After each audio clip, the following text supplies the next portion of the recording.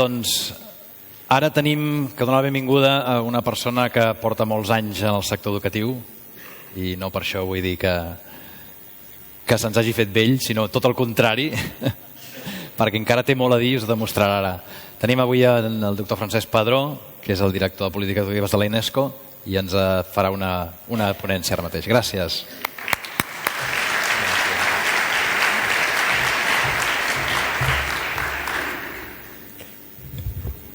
Bé, bon dia a tothom. És un gran plaer tenir l'oportunitat, no sempre sovintejada, de tornar a casa i de fer-ho en un context en el qual tens una audiència de gent absolutament interessada i il·lusionada. Per tant, dono gràcies a GSMA, realment, per haver-nos donat a la UNESCO aquesta oportunitat. Jo vinc a compartir amb vosaltres una certa dosi de realisme i també algunes bones notícies. Anem a veure si ho sé fer bé.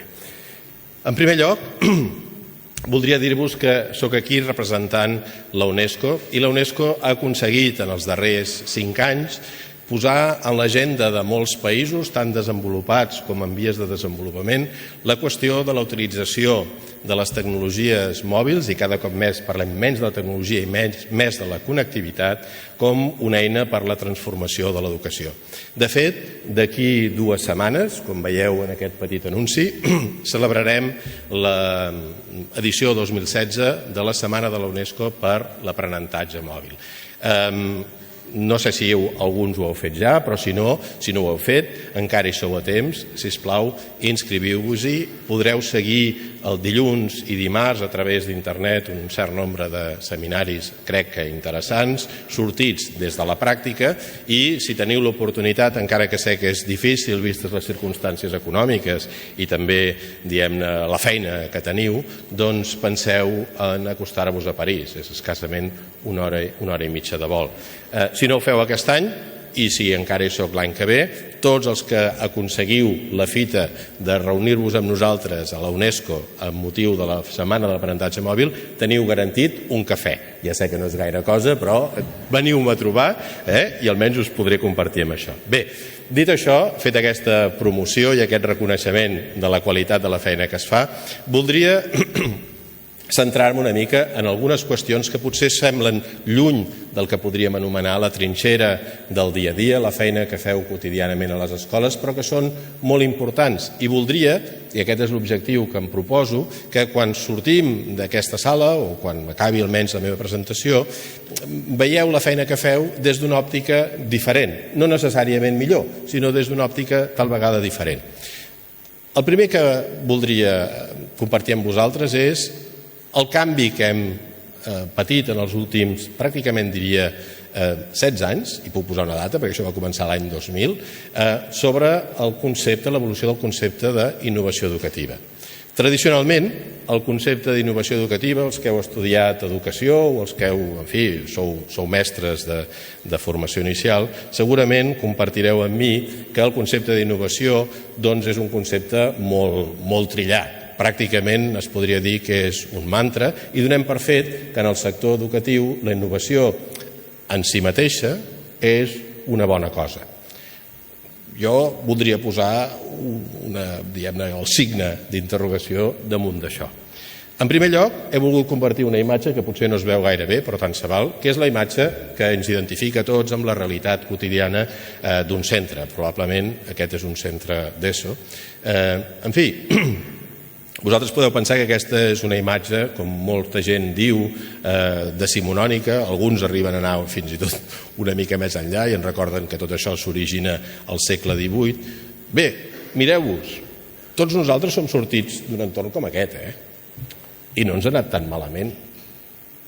En fi, jo crec que sabem llegir, escriure, comptar, tenim una bona feina, fem una aportació a la societat en termes de valors. Home, no ens ha anat tan malament. Bo i així, cada cop tenim més indicis de l'entorn que ens envolta que això no pot continuar sent només així. I llavors proposem la innovació com una forma d'exploració que el que bàsicament ens diu és hem de trobar camins de canvi. Canvi en la metodologia, certament, perquè busquem el desenvolupament d'unes noves competències que són les que la societat i l'economia d'avui i cada cop més la de demà, com ens recordaven en la inauguració, exigeixen en països com aquests i en els nostres competidors. Però canvi també en els continguts del que estem ensenyant. Avui no tinc temps de parlar-ne, però en una futura oportunitat m'agradaria molt aportar-vos la perspectiva de la UNESCO sobre l'ús de la programació o de, no sé com en dieu, el coding, sí, programació crec que es diu aquí, en l'escola fins i tot primària i discutir els beneficis i els avantatges que això pot tenir. Però no és per avui. Podríem parlar d'altres continguts que no són a l'escola avui i que tal vegada hi haurien de ser. Per tant, proposem un canvi. I diem, és un canvi, dèiem tradicionalment fins a l'any 2000, en la forma com ens organitzem pedagògicament. La gent que sou sortits de primària, que no sé si sou molts aquí o fins i tot si hi ha gent d'infantil, recordareu, per exemple, la famosa, una de les innovacions més reconegudes, doncs la idea aquesta dels racons, que en deien. Altres reconeixereu encara avui la importància, fins i tot encara en termes d'innovació, d'una cosa que es va iniciar a principis, finals del XIX i principis del XX, que són les orientacions Montessori, per exemple, que van canviar fins i tot el mobiliari. En fi, tenim moltes coses que de fet ens suggereixen que ens podem organitzar pedagògicament d'una manera diferent. Però bàsicament això té a veure també amb la forma com les pròpies escoles distribuïm la feina que els docents fem. Bé, primera qüestió. Segona qüestió, podria ser un canvi també estrictament en els processos pedagògics, és a dir, en la forma com treballem, d'acord? En la forma com els professors treballen i al mateix temps esperen que els estudiants o els alumnes, com en dieu vosaltres, treballin també. En definitiva, parlem de treball escolar. Per tant, podríem canviar la forma com ens organitzem, començant pel mobiliari i l'estructura de l'escola, a fins i tot la idea de dir tenim departaments o no els tenim, a la manera com, efectivament, uns i altres treballem i treballem conjuntament a l'escola. I finalment dèiem també que una innovació podria ser un canvi també en les tecnologies que utilitzem. No sé si es veu molt bé, però això és una pissarra buida, encara avui present, jo penso, en la immensa majoria de les escoles. La pregunta que ens podem fer és si aquesta definició d'innovació educativa com un canvi en l'organització, en els processos o en les tecnologies, efectivament ens aporta alguna cosa. Ens ha aportat alguna cosa.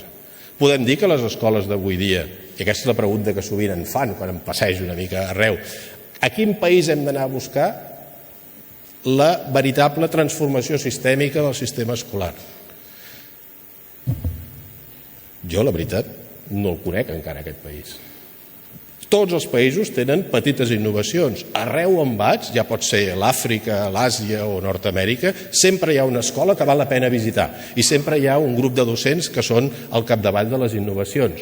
Però una innovació sistèmica, en fi, després en podeu parlar i em podeu dir tal vegada quina és la vostra experiència, però certament això no hem acabat de fer massa bé.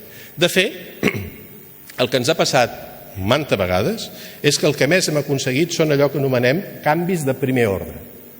En què consisteix un canvi de primer ordre? I no pas, com explicaré després, de segon ordre. Una cosa molt senzilla. Vídeo, sisplau. Està en portuguès, però em sembla que ho entendreu.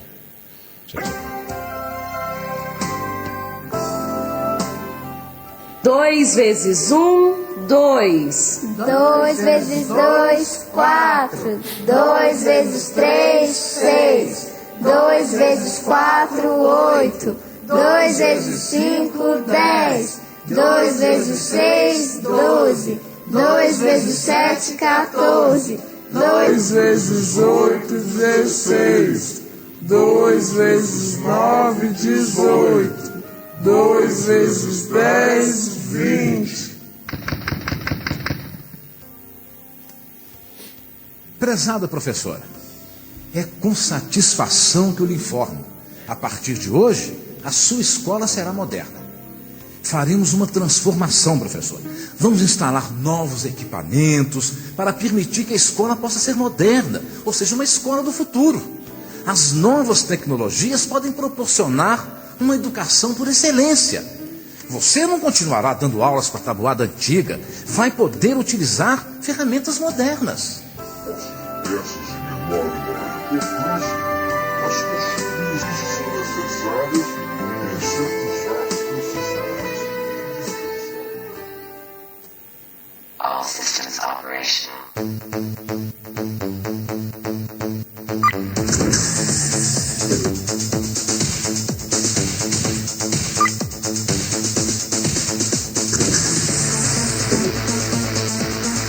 Dois vezes 2. 2 vezes 2, Pots parar. 4. Em sembla que el missatge... Pots parar aquí. Em sembla que el missatge és ben clar i segurament molts de vosaltres havíeu ja vist i fins i tot utilitzat un vídeo com aquest, si no aquest mateix. No? En català em sembla que tenim una expressió que ve a dir alguna cosa així com matar mosques a canonades. Que ho diem, això?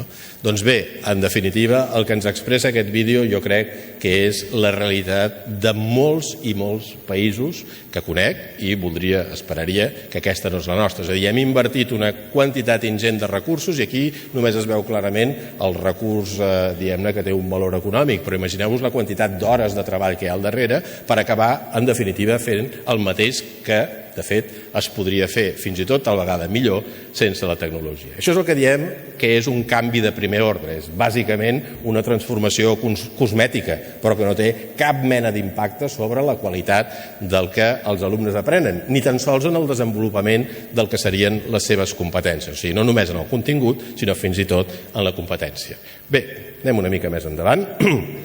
Aleshores, vosaltres podeu dir, ja t'entenem, Francesc, tu el que estàs dient és que en el fons hem de provocar innovacions disruptives.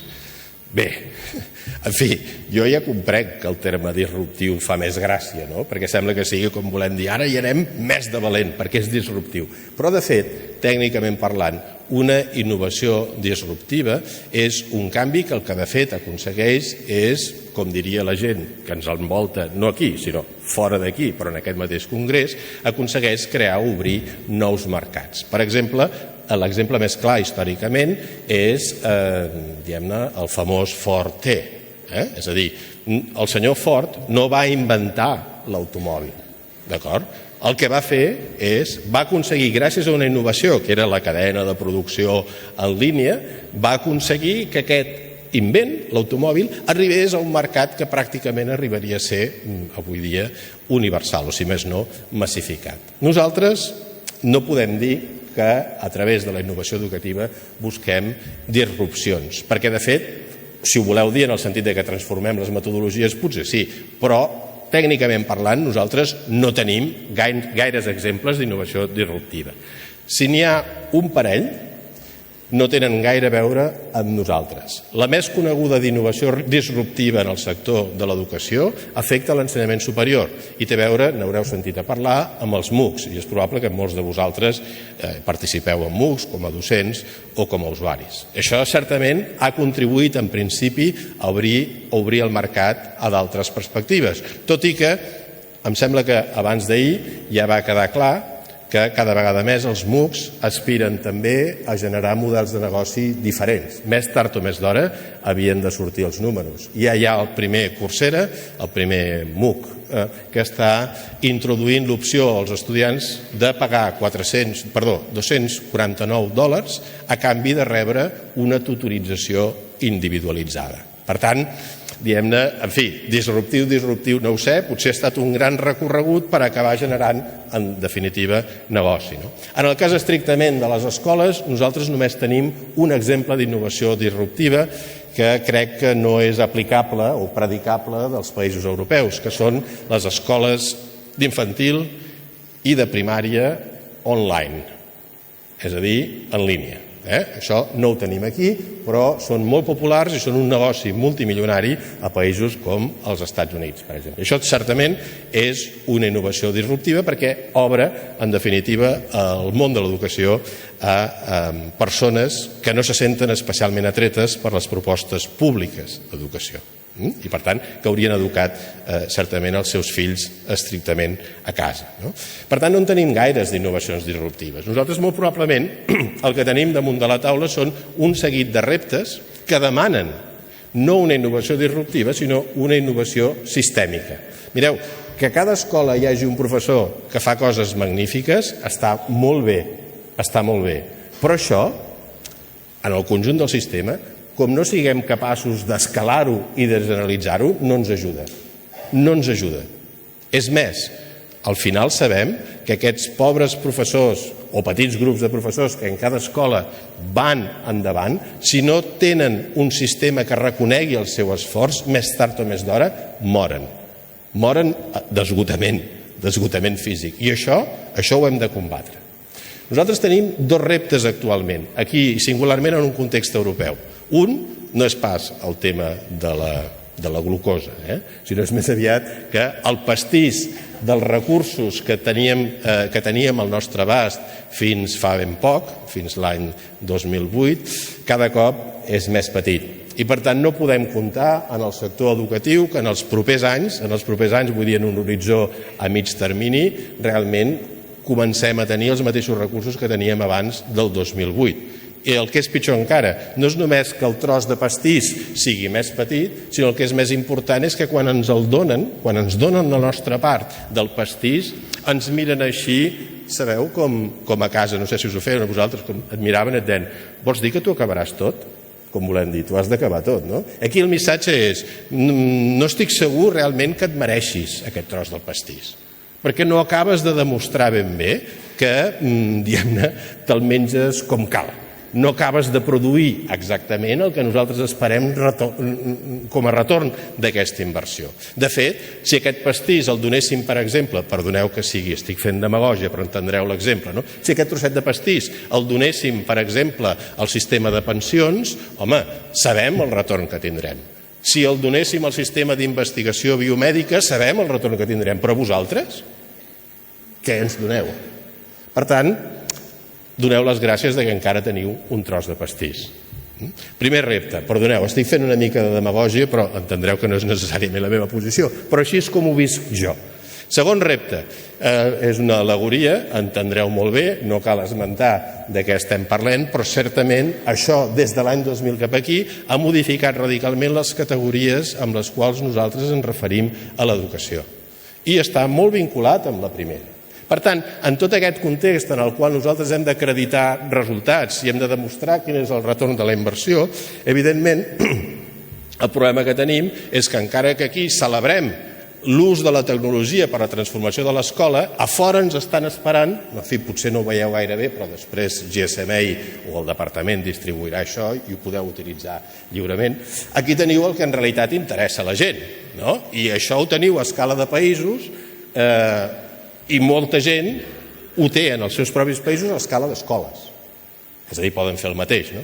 Pels qui no ho sapigueu, això són els resultats de PISA en matemàtiques, ho tenim en ciències, ho tenim en llengua, i en una escala, ho veieu a la vostra esquerra, diguem-ne que té com a punt central sempre arbitràriament 500 punts. D'acord? Per tant, a 500 punts, que és la ratlla horitzontal, és on se situa la mitjana de tots els països participants. Jo us he posat el país amic Spain, en vermell, perquè, diguem-ne, sapigueu on estan. No sé, però no tinc les dades específiques de Catalunya, no? Per tant, aquesta, en fi, això no és nou. Sabeu quina és la pregunta que jo m'he fet? Els països que estan més amunt, per cert, observeu que els que estan més amunt tots venen del mateix continent, i no són europeus. Els països que estan més amunt són països on veritablement han fet una transformació sistèmica i han aconseguit que la tecnologia transformi la pedagogia? Sabeu què farem? Refarem aquest gràfic utilitzant un segon eix, que serà l'eix d'utilització de la tecnologia a l'escola, expressat en termes de minuts. Per tant, podem fer la ficció de que aquells països on s'utilitza més la tecnologia a l'escola, en termes de minuts diaris, són els països que amb més proclivitat, estaran transformant les seves pedagogies. I per tant arribarem a crear 4 escenaris possibles. Un, que serà aquest que t'he posat en vermell, on els països treuen qualificacions en PISA per sota de la mitjana de l'OCDE i al mateix temps, en aquesta banda del gràfic, pràcticament tots utilitzen molt poc la tecnologia a l'escola. D'aquesta banda seria l'escenari que podríem dir menys ens agrada, baixes notes en PISA, en matemàtiques, i al mateix temps poca utilització de la tecnologia. Després en tindríem un parell que són aquest primer que he mostrat aquí, són països que tenen efectivament el que podríem dir notes inferiors a la mitjana en PISA, però en canvi utilitzarien molt la tecnologia. I l'altre, el que teniu a la vostra esquerra, seria ben al contrari. Països, perdó, em sembla que ho he explicat malament, en aquest cas seria països amb notes per sota de la mitjana i amb molta utilització de la tecnologia. En l'altre, el que teniu a l'esquerra en groc, seria notes superiors a la mitjana en PISA, però amb poca utilització de la tecnologia. I l'escenari que tots voleu veure, que hi ha aquí, és aquest, oi? És el verd, podríem dir, és l'escenari on efectivament tenim molt bones qualificacions en PISA i a més, una part de l'explicació d'aquestes qualificacions vindria precisament del fet que són els països on s'utilitza més la tecnologia. Anem a veure com es distribueixen els països, doncs, en aquests 4 quadrants. Així. És a dir, caram, no ens n'hem sortit. Jo no sé si quan vosaltres feu investigació també, un fa la investigació amb una hipòtesi i espera tenir, oi, la resposta que em convé. Noi, jo no la tinc. De fet, en el quadrant que a mi m'interessaria, que és el quadrant verd, de països que tenen notes en PISA en matemàtiques, i això ho podeu tornar a fer en llengua o en ciències, superiors a la mitjana, i a més, que són els països on més utilitzen, a sota us he posat els minuts diaris, ara en parlaré de seguida, que s'utilitza la tecnologia a l'aula, bé, només en tenim 2, però no són precisament els països que tenen unes qualificacions en PISA més elevades, que són Austràlia i Dinamarca. Penseu que estan molt lluny, per exemple, de les puntuacions de Corea o de les diferents instàncies de Xina. Clar, primera idea, per tant, no acabem de tenir països que haguem d'anar a visitar i ara farem turisme pedagògic per veure aquesta transformació sistèmica. Això encara no ho tenim. I si més no, el que més s'hi assembla és Austràlia i està molt lluny, està just a les antípodes. Segona consideració que volia fer. Mireu l'eix horitzontal de baix. Mostra la quantitat de minuts diaris que els alumnes de 15 anys d'edat utilitzen tecnologia a l'aula. Minuts diaris. Sí? Fixeu-vos, la majoria dels països, per dir-ho així, estan per sota dels 28 minuts diaris d'utilització, amb alumnes de 15 anys d'edat. Clar, és la mitjana, això vol dir que hi ha alumnes que ho fan servir molt i d'altres que ho fan servir poc. I els països on ho fan servir més, per exemple, Austràlia, apenes arribem als 58 minuts diaris. Sabeu com es comparen aquestes xifres amb podríem dir, la vivència personal d'aquests mateixos alumnes quan són fora de l'escola? És en un rang comprès, segons el país, entre 120 minuts i 180 minuts diaris fora de l'escola. I els caps de setmana passa a ser entre 150 i 240 minuts diaris. Això és el que ens diuen ells. Jo, que he tingut fills adolescents, ara ja no ho són, en fi, ho posaria en dubte, és a dir, més aviat penso que els que jo conec, almenys, arribarien més enllà. Per tant, aquesta és la realitat. Dissortadament encara no hem arribat. Encara estem caminant. Bé, això és important de tenir present, no sé si us estic avorrint molt, però és molt important tenir present que, això ho podeu trobar a internet quan tingueu temps, busqueu què és la fal·làcia de McNamara. Aquest McNamara era el secretari d'Estat dels Estats Units quan la guerra del Vietnam, i fins l'últim dia va defensar que els Estats Units estava guanyant la guerra, perquè l'únic que feia ell era comptar el nombre de baixes de l'enemic. I esclar, a base de nàpalm i de tot allò, cada vegada en mataven més. Fins que finalment algú li va dir, però és que les guerres no es guanyen només matant un nombre elevat d'enemics, es guanyen guanyant la voluntat dels pobles. I això és el que els Estats Units no va fer al Vietnam. Per tant, anem al tanto també, permeteu-me que sigui humil des d'aquesta perspectiva, com correspon a tothom que es dedica a la recerca, a posar també una gran pregunta sobre les dades que utilitzem en aquest tipus d'avaluacions. És a dir, estem avaluant el que estem avaluant, que no són coneixements, que són competències, però potser, diguem-ne, no acabem de copsar prou bé amb els nostres sistemes d'avaluació el que realment és més important. D'acord? De moment, això és com quan jo arribo a casa després d'un viatge ben llarg, arribo a casa un diumenge al vespre, obro la nevera i ostres, només hi ha una mica de pa congelat i un trosset de truita de patates que té una antiguitat d'uns 4 o 5 dies. No? Llavors puc fer dues coses. Una, me'n vaig a dormir sense sopar i penso, mira, tot això que ajuda al règim, per dir-ho així, o dues, descongelo el pa, poso al microones la truita i penso, mira, demà ja dinaré millor i em menjo el que tinc. Doncs bé, avui dia jo sóc partidari que ens mengem el que tenim, que són les dades de PISA. D'acord? I que treballem perquè la propera vegada que sortim de viatge i anem lluny, a la nevera hi hagi alguna cosa més. A la nevera hi hagi alguna cosa més que la truita. Però de moment quedem-nos amb això. Clar, del 2000 cap aquí la nostra concepció de la innovació ha canviat molt. Ja no diem una innovació és un canvi, o no ho hauríeu de dir. No, ha de ser un canvi que afegeix valor. I aquest és el problema. Aquest és el problema. Com mesurem aquest valor?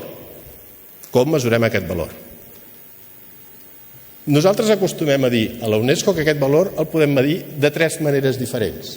Una innovació serà considerada veritablement una innovació educativa no perquè és un canvi, sinó perquè és un canvi que provoca un efecte. I aquest efecte ha de ser, en la satisfacció dels usuaris. Com deia molt bé el senyor Hoffman en l'obertura, pot ser que gràcies a la utilització de la tecnologia guanyem adhesions, motivem els infants.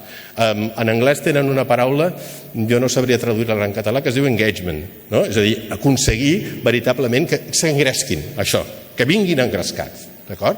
Bé, que vinguin contents. I potser nosaltres mateixos, que treballem per fer-ho això, en veure'ls amb ells contents, també estarem contents. I potser les seves famílies també. Home, ja serà molt, no?, que tots estiguem contents. Per tant, ja haurem fet un canvi que afegeix valor en satisfacció. Segon, no és excloent. Aquesta fotografia és real. És real, és a dir, que van rebaixant els preus però tot es queda igual, no? Que ara n'hi ha de pitjors que mostren que en realitat falsegen els preus, però bé, això és una altra cosa, no? Podríem dir, no, mira, satisfacció no ens n'acabem de sortir, però esclar, escolta, en el context actual, gràcies a la tecnologia reduïm els costos. Home, ja hi ha algunes aplicacions que permeten de fer-ho, i molt bones, per cert. No sé com, els que treballeu en primària, no sé com envieu les crides per les reunions de pares i de mares, no? Però sapigueu que en molts països s'utilitzen aplicacions directament. I sobretot ara que el concepte de pare i mare no està vinculat necessàriament sempre al mateix domicili fiscal, per dir-ho així, sinó que són diferents, doncs amb una aplicació no només ho envies a tothom, sinó que a més saps al moment si venen o no venen, no? Clar, això ens estalvia paper, ens estalvia tinta. Un estudi que vaig fer, deu fer potser 25 anys enrere pel Departament d'Educació, que llavors es deia d'Ensenyament, va ser molt interessant perquè vaig descobrir, no tenia res a veure amb la investigació, però vaig descobrir que la tecnologia que més s'utilitzava a l'escola primària no era l'ordinador, sinó que era la fotocopiadora. I això ho vaig descobrir de pura casualitat, perquè quan em reunia amb els mestres i amb els directius de l'escola ho fèiem a la sala de professors, que és on típicament hi ha la fotocopiadora. I era un continu de professors i de professores que entraven a fer fotocòpies. No? Home, si podem prescindir d'una fotocopiadora, això és un guany. És un guany econòmic. Em direu, home, però això no és pedagogia. No ho sé, però ens ajuda a treballar millor. Tercera cosa, home, aquesta és la que voldríem veritablement. Que la gent estigui contenta, que ens gastem més diners, però sobretot, que la gent aprengui més i millor.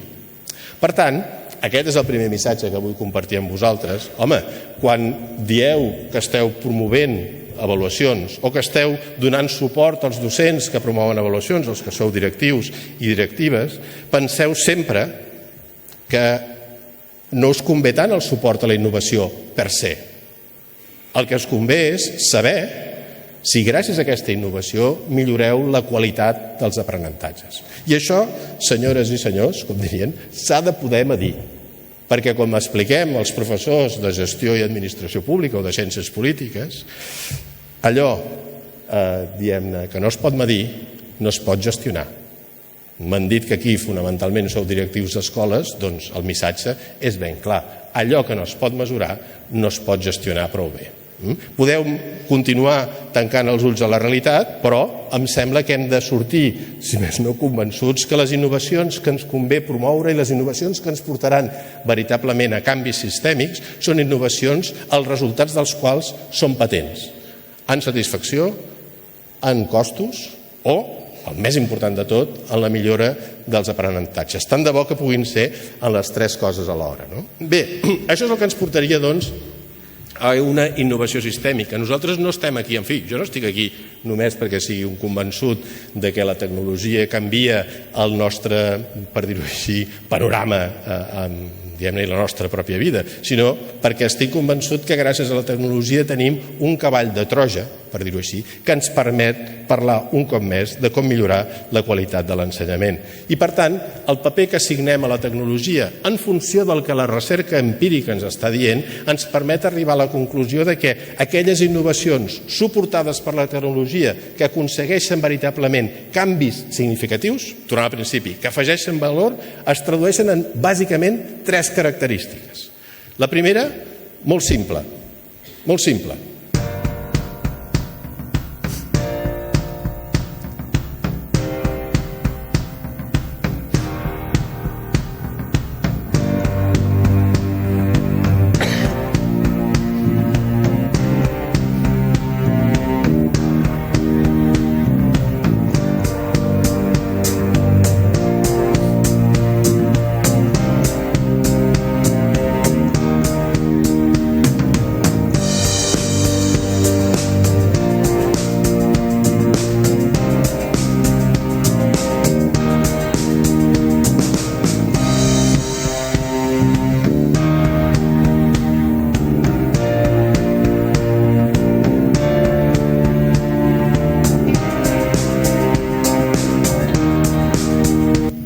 Vull parar aquí, perquè no era això, que no? No em refereixo que sigui una fallada de la presentació. No era això. O sigui, es tractava d'utilitzar la tecnologia per fer exactament el mateix que fèiem abans? Es tractava de dir, heu vist quines pantalles més fermes que tinc? Heu vist quins escenaris en 3D? Per això sí, vosaltres preneu nota i jo explico? Era això? Creieu que això, diguem-ne, en fi, fa que la gent, els estudiants estiguin més satisfets? Creieu que estalvia costos? Em sembla que aquesta la tenim clara. I sobretot, creieu que això té cap impacte sobre els resultats dels alumnes? Està per veure. Jo continuo pensant que encara que aquest vídeo va guanyar un premi del president dels Estats Units i ha estat, en fi, us ho podreu mirar després amb més calma perquè és molt més llarg, ha estat molt distribuït i conegut, jo crec que aquest vídeo ens envia un mal missatge. És a dir, aposteu per la tecnologia per continuar fent el mateix que la col·lega brasilenya estava fent en el primer vídeo. No? Per tant, aquestes tres coses a les que em refereixo no tenen a veure amb això. Veiem-ne una altra cosa, sisplau.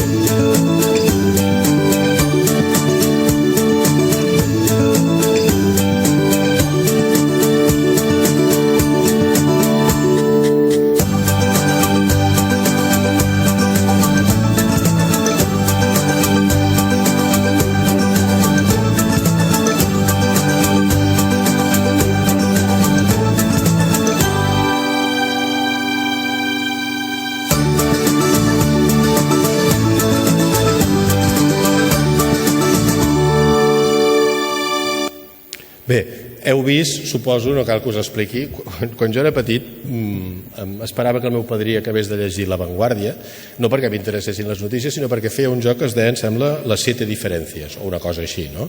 Em sembla que les diferències que heu vist entre aquest vídeo i l'anterior són prou evidents, però hi ha algunes coses que jo voldria destacar amb vosaltres. Aquest vídeo presenta 3 dels elements que, des del punt de vista del que ens diu la recerca empírica, són més determinants a l'hora de realment millorar la qualitat dels aprenentatges amb un efecte sobre els resultats. El primer és l'aprenentatge personalitzat. Aquí ho teniu. En fi, no es tracta de buscar l'aplicació, sinó senzillament el concepte pedagògic que hi ha al darrere. El segon element és molt important també, i sembla en contradicció, però no ho és l'aprenentatge cooperatiu, és a dir, és provocar una dinàmica en la qual dintre d'un grup d'estudiants es produeix precisament el retorn, diguem-ne, podríem dir, aquest reconeixement de l'expert que ajuda a l'aprenent i a l'aprenent al mateix temps que es converteix en expert en altres coses. Per tant, segon element, personalització, cooperació en l'aprenentatge, i això en l'aprenentatge per projectes es veu clarament, i el tercer, i molt important, també crític des del punt de vista de la investigació empírica, és allò que anomenem la retroalimentació immediata. És a dir, que quan l'estudiant fa alguna cosa pugui saber perfectament no només si ho ha fet bé, sinó també tenir un comentari formatiu. Per tant, hauria de dir feedback immediat i formatiu. Però el vídeo mostra també altres coses igualment interessants. Per exemple, recordeu aquesta noia, suposadament està a casa seva, continuant el procés d'aprenentatge també amb el seu pare o mentor a casa. Tenim també la connexió, perdoneu que aquí falta una N, la connexió amb la comunitat i per tant, diguem-ne, la manera com interactuem amb persones que poden aportar també a l'escola continguts i competències, i tenim, evidentment, noves formulacions pedagògiques, com en aquest cas concret, molt específic perquè té a veure amb la tecnologia, l'aprenentatge per projectes. Per tant, diguem-ne que si a casa o quan pugueu a l'escola podeu comparar amb més detall els dos vídeos, veureu que aquest és veritat que mostra tecnologies que estan disponibles en el mercat i per tant no compliria la condició de reduir costos, però caram, hem de veure també si la inversió que fem en costos es tradueix en un increment de la millora de l'aprenentatge commensurable o no, i això és el que ens interessa. Jo us parlava, abans de fer el joc aquest dels dos vídeos, de 3 guanys, que són molt senzills i novament acreditats per l'evidència empírica. Una bona utilització de la tecnologia per innovacions significatives generalment comporta 3 guanys. El primer, molt senzill, ho ha dit, insisteixo, el senyor Hoffman, i jo no podria estar més d'acord, és la motivació. Ho veureu de seguida també en les pròpies paraules d'un grup d'estudiants. Això és evident. És anar a trobar-los allà on ells ja fa temps que hi són, és a dir, en el seu territori. En segon lloc, la conveniència. Sí, això del 7-Eleven, ja sabeu que són aquests supermercats que estan oberts 7 dies de la setmana, 24 hores al dia. Clar, jo crec que és molt convenient per tots nosaltres saber que aquesta presentació ja està disponible en algun lloc de la xarxa i, a més, en un context, clar, això és típic d'UNESCO, potser si hagués de vendre alguna cosa no ho faria, però està disponible en un context que és d'una llicència oberta. Per tant, que aquesta presentació la podreu baixar, la podreu reutilitzar, no només tal com és, sinó que la podreu fins i tot modificar. Mireu, aquests són els valors que nosaltres defensem i fan les coses molt convenients. Però el tercer i molt important dels guanys és el de la productivitat. És fer-nos la pregunta, gràcies a la incorporació de la tecnologia aconsegueixo, us ho pregunto a vosaltres, ensenyar millor? O aconsegueixen ells aprendre millor? Aquesta és la pregunta.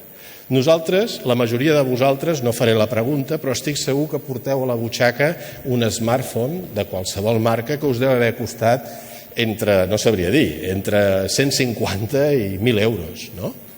Això porteu a la butxaca. Vosaltres, que perdoneu que us digui, tenint en compte el que ens diuen les estadístiques, no teniu uns salaris fulgurants, d'acord? No teniu els salaris de la gent que està aquí, però fora d'aquesta sala. I malgrat això, trobeu l'oportunitat de gastar-vos aquests diners en això. No només vosaltres, sinó molts dels mestres que teniu a l'escola i fins i tot en països en desenvolupament us en faríeu creus de la quantitat de professors que tenen smartphones, amb costos diferents, amb capacitats diferents. No? Per què ho feu? Per què invertiu aquesta quantitat de diners? Home, perquè espereu un retorn, no? Creieu que estareu més ben comunicats, que tindreu accés a un cert nombre d'aplicacions que us resolen problemes. Doncs aquesta és la filosofia que hem d'aplicar efectivament a les nostres decisions sobre la tecnologia a l'escola.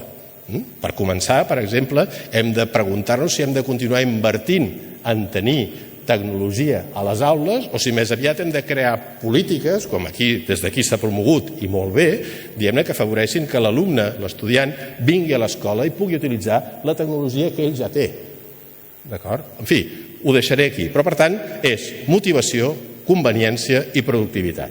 Bé, però la qüestió és que tot això està molt bé, això és el que ens diu la recerca, però el secret de tot això rau en les capacitats, en les vostres capacitats i en les capacitats dels professors i professores amb els quals treballeu. No? I és això el que precisament, diguem-ne, hem de continuar treballant. Mireu, una cosa molt important és adonar-nos, ara això no té res a veure amb PISA, sinó que té a veure amb un altre element molt, molt important.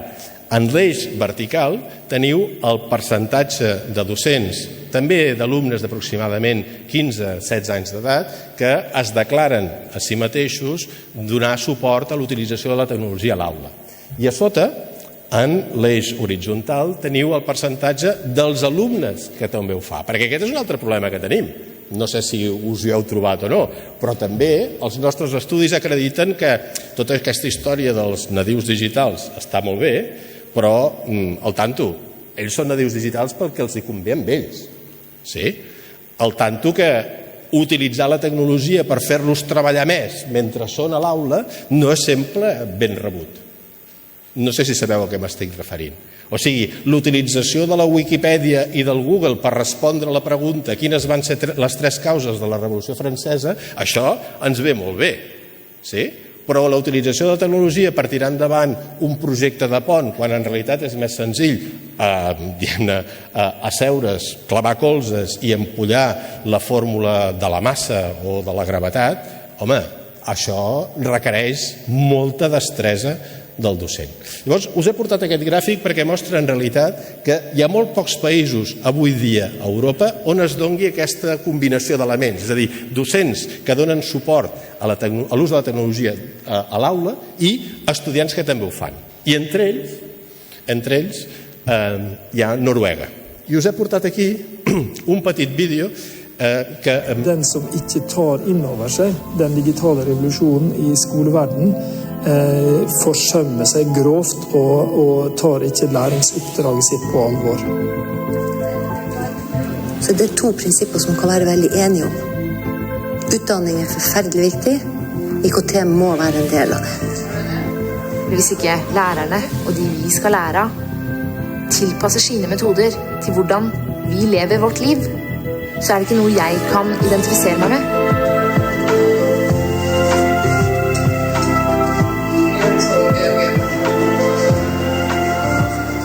Jeg tror at digital kompetanse skal være med helt fra barnehagen og oppover. At man skal tilrettelegge bruken av digitale verktøy i undervisningen i forhold til det trinnet barna og de unge er på til enhver tid. Vi er oppvokst i en verden hvor det er telefon og TV og mobil og PC hele tiden. Så jeg synes det er en ganske stor del av hverdagen, og da synes jeg også vi elever skal få lov til å ta bruk det som vi er mest komfortable med å bruke. Så setter du der, så får du egentlig ekstra. Sånn generasjon var jeg jo ekstremt flink til å multitaske. Jeg kan jo se på TV, gjøre lekser, snakke med venner og spise mat samtidig. Barna, elevene, studentene er vår hovedmålgruppe. Men det kan ikke skje uten alle lærere, uten alle som faktisk er der og skal gjøre jobben. Vi er deres samarbeidsparter. Når vi bruker PC, så ser du jo plutselig at du får med deg kanskje andre elever som blir mer engasjert enn da du bare bruker penn og papir. Og de som kanskje sterke digitalt, som veldig gode til å spille og sitter mye på PC ellers, men kanskje ikke så faglig flinke, de plutselig med der som en ressursperson og vet hvor man skal trykke og ordner og fikser. Så de får jo selvtillit bare for det, og i tillegg så blir de jo kanskje engasjert i faget.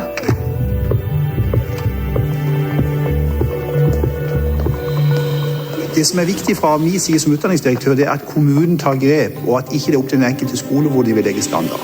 Altså for å satse på IKT, for å lykkes med en satsning, så det helt klart ledelse. Og her i Drammen så har vi med ledelse, politisk ledelse, administrativ ledelse, ledelse ute i alle virksomheter, samordnet om denne satsingen. Rektor fundament i dette. Skole med rektorer som ikke ser vitsen med dette, der det en utfordring. Vi må legge til rette for at de ansatte får rom til å prøve ut og feile, for det må man få lov til. Ellers så vil man ikke tørre å prøve heller. Og det må settes av tid både til diskusjon og samarbeid, altså kursing kanskje i mindre grad, fordi at jeg har mer tro på det jevne samarbeidet. Så det viktig at vi hjelper hverandre, at vi får til en delingskultur, der en kunnskap som noen besitter, spres til resten av personalet. Elever som lærer andre elever, kursing, den kulturen med både deling og det med lov å være god, det kulturer som bør være til stede, og som IKT virkelig fremmer. Når man bruker PC som et virkemiddel, så gjør det at flere blir engasjert i å lære. Fordi man kan finne så mange måter å lære på som mulig, og det gjør at også flere kan lære ting. Fordi det ikke alle elever som har samme læringsmetoder. Og noen av de beste lærerne jeg har hatt, de som faktisk lar andre elever forklare meg det. Med sine ord, med sine metoder, med den hjelpen de kan tilby, da. Man lar elevene slippe til, så gir det følelse av ansvar. Og da gjør det at man ofte blir mer motivert også, når man får sjansen til å vise hva man god for. Så jeg synes at lærerne burde bruke elevene som den ressursen de og la dem blomstre, rett og slett. Si at du har en forelesning av en lærer, og det en historiefellesning, så det veldig greit hvis man nevner en hendelse eller en person, så det veldig greit å bare ha verdens største informasjonskilde rett foran deg og bare kunne google det, da. Det som jeg ser særlig i matematikk som jeg underviser nå, at det å lage små instruksjonsvideoer for å differensiere gjør jo at når du skal gjennomgå noe, og så vet du at det ganske mange av elevene som trenger dette her 1 gang og 2 ganger og 3 ganger før de skjønner det, og det har ikke du mulighet til i timen, så har de muligheten til å enten sitte i timen med ørepropper, eller de kan høre den videoen hjemme når de sitter med oppgaver. Altså, du har utrolig mange muligheter ved hjelp av IKT. Så jeg tror vi må bare se mer mulighetene, og så ikke se begrensningene, og ikke bruke så mye energi på å stoppe og stenge nettet og alt det som blir gjort i dag. The teacher needs to be the learning professional, but the teacher does not have to be as good with the technology as the children are, and can never be as good as the children are. Children are completely immersed in this. They have so much time to give to becoming expert with technology, but the teacher is the learning professional. The teacher is the one that helps them to... El professor és el que ajuda a aprendre. Però crec que és un vídeo que val la pena que reviseu un cop més. No ens parla de teoria, ens parla de l'experiència quotidiana de centres escolars, en concret d'un, a Noruega. I ens recorda algunes coses molt, molt importants. La primera parla molt dels directius de centres i de la feina que ells poden fer justament per donar suport a aquestes innovacions. La segona, molt important també, indirectament, ens recorda que en el món que envolta aquesta sala, la gent no s'examina, no demostra la seva professionalitat, el seu coneixement o les seves competències treballant aïlladament. Quan arribarà el dia que els nostres exàmens seran exàmens on autoritzarem els alumnes, lluny de prohibir-los que copin, a què s'ajudin? Bé, heu de saber que en els propers exercicis de PISA ja es mira justament, ja hi ha un cert nombre de proves que justament intentaran mesurar la capacitat de treballar en equip per resoldre problemes compartits. Però tot torna, i ja acabo, tot torna sempre al principi. I el principi és que no podem tenir res d'això si les capacitats dels nostres docents, capacitats en el sentit material, capacitats en el sentit del desenvolupament professional, però capacitats també en el sentit del temps del que gaudeixen. I un dels principals problemes que tenim, que tal vegada no està a les mans dels propis centres encara o aquí, és justament trencar aquesta visió fordiana de l'ensenyament que fa equivaler els contractes dels docents amb hores de pissarra. No ho dic per la pissarra, que a mi em va anar molt bé. Ho dic perquè un bon professional docent ha de tenir dintre del seu marc de treball oportunitats, com explicava molt bé aquesta professora noruega, oportunitats per treballar amb altres, oportunitats per equivocar-se. I això ha de ser reconegut. No pot ser que et diguin no, això he d'esperar que arribi el cap de setmana perquè ho tinc que fer a casa. No. Sabeu quin és el secret, que ha estat el secret durant molts anys del sistema finès? Doncs que en el quadre, en el marc dels contractes laborals, ells no només tenen hores de classe davant del grup d'estudiants, tenen hores de classe amb alumnes individuals que tenen problemes d'aprenentatge. 1, 2, 3... I aquestes hores no les fan el dissabte o el diumenge, o no les fan a la tarda fora d'hores i cobren per fer-ho. No, està en el marc del seu contracte. Per tant, si nosaltres ja no vivim en una economia fordiana, necessitem també que les maneres de treballar els contractes, per dir-ho així, perdoneu, sé que no són contractes, que és més complex que això, però em sembla que m'entendreu, les condicions laborals permetin que els docents que tenen les capacitats i les ganes de fer-ho puguin tirar endavant. I acabo, em queden segons. Mireu, hi ha una cosa molt important. Pregunteu-vos quins són els incentius que gent com vosaltres, premis com els que es donaran avui aquí estan molt bé, però malauradament només toquen alguns de vosaltres. Hi ha infinitat de persones que estan esforçant-se i fent molt bona feina. Quin tipus de reconeixement els hi donem? Quins incentius? Jo no sóc dels que pensin que un incentiu econòmic sigui veritablement el que ha mogut a gent com vosaltres a dedicar-se a l'ensenyament. Si busquéssiu incentius econòmics no estaríeu en aquesta sala, estaríeu fora d'aquesta sala. Aquí mateix, però fora. No us ha mogut això. Per tant, busquem veritablement els incentius que vosaltres voleu, que són oportunitats de poder treballar amb altres col·legues, oportunitats d'experimentar sabent que us podeu equivocar, oportunitats de tenir recursos, més recursos al vostre abast que sabeu positivament que milloren la qualitat de l'aprenentatge, veure reconegut l'esforç que feu aquells que treballeu en zones o amb alumnes especialment difícils o amb necessitat d'una compensació. Aquí teniu les dades. Jo voldria acabar amb dues dades més. M'estic un minut, passo un minut del temps que m'han assignat. Dues dades que són molt importants. La primera, des de l'any 2010, en què vam fer un cert nombre d'experiments, l'UNESCO ve repetint una i altra vegada que 30 hores de formació, en fi, em sembla que són 30 hores les que s'utilitzen aquí, els mòduls de 30 hores s'utilitzaven aquí, però no té res a veure amb Catalunya, vull dir, en general. 30 hores de formació en la qual agafem els docents i els portem en una aula de formació, en un context de formació, i els tornem després a l'aula, no tenen el mateix efecte que 3 hores de tutorització d'aquest mateix docent, 3 hores, en el context de l'aula o de l'escola on treballa. 30 contra 3. I això ho hem dit i ho hem repetit manta vegades, d'acord? I ho hem provat fins i tot econòmicament, amb els costos que això implica. I en el vostre cas seran uns costos, però en els casos dels països que són prioritaris per nosaltres són uns altres, evidentment. Perquè, esclar, la nostra prioritat són els països menys desenvolupats i sabeu, el principal problema que tenim nosaltres és que tenim gent que treballa en zones molt aïllades. De vegades han de fer una hora i mitja a peu per arribar al lloc de treball i per això molts alguns dies no hi van. Nosaltres diem, no, en lloc de treure'ls d'allà, anem nosaltres a veure com treballen, com són els seus alumnes, com són les parets de l'escola, quina és la tecnologia, ni que sigui una pissarra que tenen, i determinem amb ells quines són les necessitats, quin suport tècnic podem donar, tècnic pedagògic podem donar, i tornem una tercera vegada per avaluar amb ells quin és el canvi. 3 hores poden marcar una enorme diferència. Segona xifra que també hem donat, no feu res en tecnologia, no invertiu res en tecnologia, en connectivitat, en equipament, si no podeu comprometre's que almenys el 30% del pressupost va parar al desenvolupament de les competències dels docents que hi han de treballar. Per tant, tot gira al voltant del 3 i són precisament 3 els minuts amb què m'he passat. Una última cosa volia dir.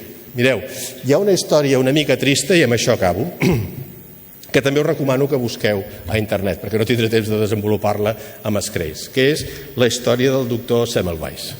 Aquest era un doctor d'origen hongarès que treballava en un hospital a Viena. De fet, un hospital que estava dividit en 2 pavellons diferents. Va trobar que en el pavelló on ell treballava la taxa de mortalitat infantil era 3 vegades superior a la del pavelló del davant. Estem parlant de 1847, aproximadament. I no entenien per què. 3 vegades superior. Això que en diuen la febre puerperal. Al final, per raons que seria llarg d'explicar, va descobrir que la diferència entre el seu pavelló i el pavelló d'enfront és que en el pavelló on ell treballava, a baix, tenien una morgue. És a dir, on practicaven autòpsies a la gent que acabava de morir. I els metges sortien, 1847, sortien de la morgue i sense rentar-se les mans pujaven a atendre els parts. Clar, no és estrany que hi hagués una febre, oi? I ell ho va acreditar. Ho va acreditar i sabeu com va acabar? Va acabar sol, tancat en un manicomi. Sí? Perquè va posar al davant de tot l'evidència. I la corporació mèdica li va girar l'esquena. Va morir sol, donat per boig. Oi? I avui dia, això forma part, avui dia que són pràcticament, no hem arribat encara 150 anys després, forma part de la nostra manera d'entendre les coses. I fins i tot quan anem al lavabo ens rentem les mans, és un reflex pràcticament. No? I pobre de tu que vagis al lavabo amb un fill teu i que no se t'acudeixi a rentar les mans, perquè això sí que les escoles ho fan bé, ens recordaran, primer, no fumis, segon, renta les mans. Tot això ho estem fent molt bé. Doncs bé, aquest efecte Semmelweis és molt important. Sabeu per què? Perquè jo el missatge que us estic enviant és, sisplau, quan treballeu en innovació educativa, acrediteu el que feu. Demostreu veritablement quins són els beneficis. Això sí, he de reconèixer amb vosaltres que hi ha un risc d'acabar com el doctor Semmelweis. Però sabeu què? És un risc que val la pena córrer. Moltíssimes gràcies.